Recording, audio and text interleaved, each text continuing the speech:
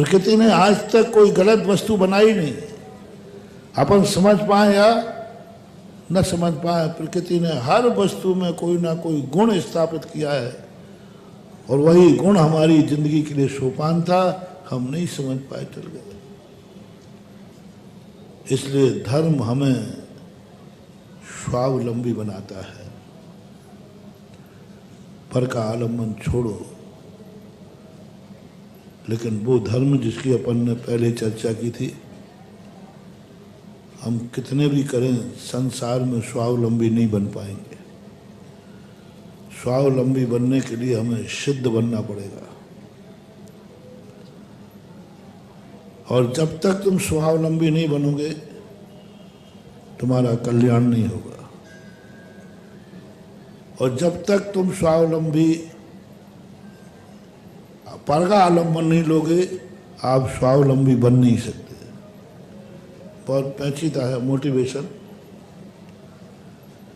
संसार में कोई व्यक्ति पर के आलम्बन के बिना जी नहीं सकता। और पर का आलम्बन जब तक तुम ले रहे हो तब तक तुम्हारा कल्याण हो नहीं सकता, हो नहीं सकता। कितने प्रयास कर लेना, मुनि बन जाओ, कोई फर्क नहीं पड़ता। पर का आलम्बन तुम ले रहे हो, किसी भी चीज का पर का आलम्बन ले रहे हो, मोटिवेशन किसी भी चीज का। आप श्वास ले रहे हो आपका कल्याण नहीं होगा। आप भोजन ले रहे हैं आपका कल्याण नहीं होगा। पांचों इंद्रियों से आप सुन रहे हैं, कभी कल्याण नहीं हो सकता। आप बोल रहे हैं, कभी कल्याण नहीं हो सकता। आप हाथ पैर हिला रहे हैं, आपका कल्याण नहीं हो सकता। आपके पलक झपका रहे हैं, कल्याण नहीं हो सकता, मोक्ष नहीं होगा। इसलिए मोक्ष जाने के पहले 13वें गुण स्थान में कहा है, क्या तुमने देखना बंद किया है? क्या तुम्हें सुनना बंद हुआ है? क्या तुम्हारा बोलना बंद हुआ है? क्या तुम आंखों की टिमकार बंद कर रहे हो? एकदम स्तब्ध हो जाओ। पांचों इंद्रियां जहां व्यापार बंद कर देवे, पर का आलम्बन नहीं लेना, तब कहीं मोक्ष का दरवाजा खुलता है। अब बोलो, एक दिन बताओ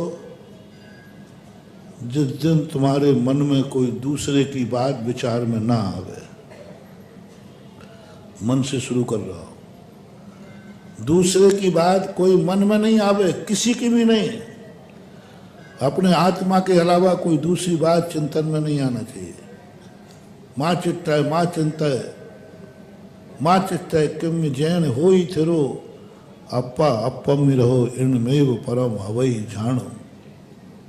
कुछ भी नहीं, भगवान का चिंतन भी नहीं, गुरु का भी नहीं, नमोकार मंद कुछ नहीं गाना।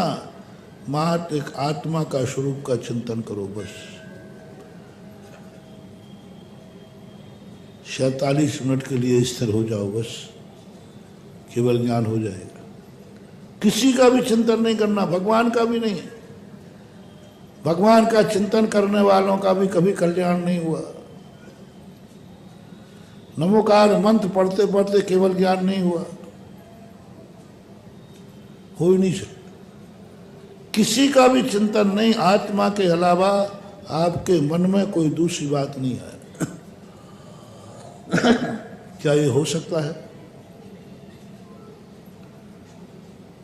मैं तुमसे क्या पूछूं? मैं तुमसे क्या पूछूं? ये मेरे ही से नहीं हो रहा तो तुमसे क्या खाक होगा? प्रयास करता हूं बार बार कि मन स्थिर हो जाए आत्मा में, नहीं होता। क्षण भर के बाद थोड़ा बहुत स्थिर होता है, फिर कोई ना कोई बात आ जाती है। थोड़ी देर स्थिर होता हूं, तुरंत और कोई याद नहीं आया तो नहीं आए, भगवान याद आ जाएंगे। ये भगवान हमारे लिए बहुत खतरनाक है। जैसे तुम्हें है ना, तुम्हें जिससे राग होता, मेरा जो खूब प्रयास करता हूँ, लेकिन जिससे राग होता है उसकी याद आ ही जाती है।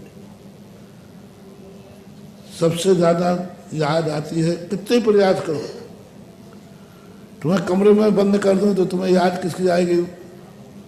घर वालों। बेटा को आप हॉस्टल छात्रावास भेजते हैं, वहाँ बैठा बैठा वो मम्मी की याद करता रहता है। आती है याद। जैसे तुम परेशान हो ऐसे ही हम परेशान हैं। तुम्हारे से ज्यादा परेशान मैं हूं। तुम तो थोड़े बहुत भूल जाते हो। थोड़ा बहुत मम्मी तुम्हारे लिए प्रतिकूल चल जाए तो तुम याद करना भूल जाओगे। तुम्हारा राग ज्यादा मजबूत नहीं है। तुम्हारा राग ज्यादा मजबूत नहीं है। जिससे तुम्हें राग है ना, वो थोड़े तुम्हारे प्रतिकूल चल जाए तुम्हारा राग गायब। काय का बाप है, ये कहने में तुम्हें कितनी देर लगना है? 1 मिनट लगना है। अभी कह रहा मैं मम्मी पापा को बहुत चाहते हो। हाँ मालूम है कितना चाहते हो। थोड़ी सी प्रतिकूलता आते ही तुम्हारा राग टूट जाता है। तुम्हारे राग में ज्यादा दम नहीं है, द्वेष में भी ज्यादा दम नहीं है। वो भी थोड़ा बहुत कोई तुम्हारा स्वार्थ आ जाए तो तुम गधा को भी बाप कहने में पीछे नहीं हटते। पर तुम्हारे स्वार्थ की सिद्धि होना चाहिए। हमने अच्छे अच्छे भगवानों के भक्त मंदिर से बाहर जाते देखे। अच्छे अच्छे मुनि भक्त मुनियों से मुख मोड़ते देखे। अच्छे अच्छे नमोकार मंत्र की माला फेरने वाले माला को फेंकते हुए देखे। अच्छे अच्छे नियम लेने वाले नियम को तोड़ते हुए देखे। अच्छे अच्छे पूजा करने वाले तोड़ के देखे। ज्यादा नहीं है तुम्हारा, तोड़ देते। बहुत मुश्किल होता है, लेकिन हमारे साथ बड़ी परेशानी है। हमारा राग इतना ओरिजिनल है, इतना ओरिजिनल है कि जैसे ध्यान में बैठेंगे ये भगवान आ जाते बीच में, इनकी याद आ जाती है। क्योंकि इनके उपकार इतने हैं हमारे जीवन में कि हम केवल ज्ञान को छोड़ सकते हैं, लेकिन भगवान की याद करना नहीं छोड़ सकते। कुंद कुंद स्वामी कहते हैं छोड़ तू, आलम्बन नहीं लेना तुझे अब किसी का, निरालंबी बन। कोई आलम्बन नहीं लेना, आत्मा में लीन हो जा। नहीं रह पाता, नहीं रह पाता। और 1 मिनट को स्थिर होता हूं कभी, पुनः भगवान की याद आ जाती है।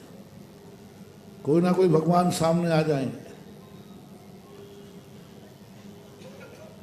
कोई ना कोई भगवान सामने आ जाता। और तो कोई, तुम लोग तो आते नहीं हो, चिंता नहीं करना, तुम्हारी ज्यादा नहीं। भगवानों से मैं परेशान हूं, क्योंकि मुझे इतने भगवानों से राग है। सबसे ज्यादा राग की संपत्ति किसी साधु के पास है।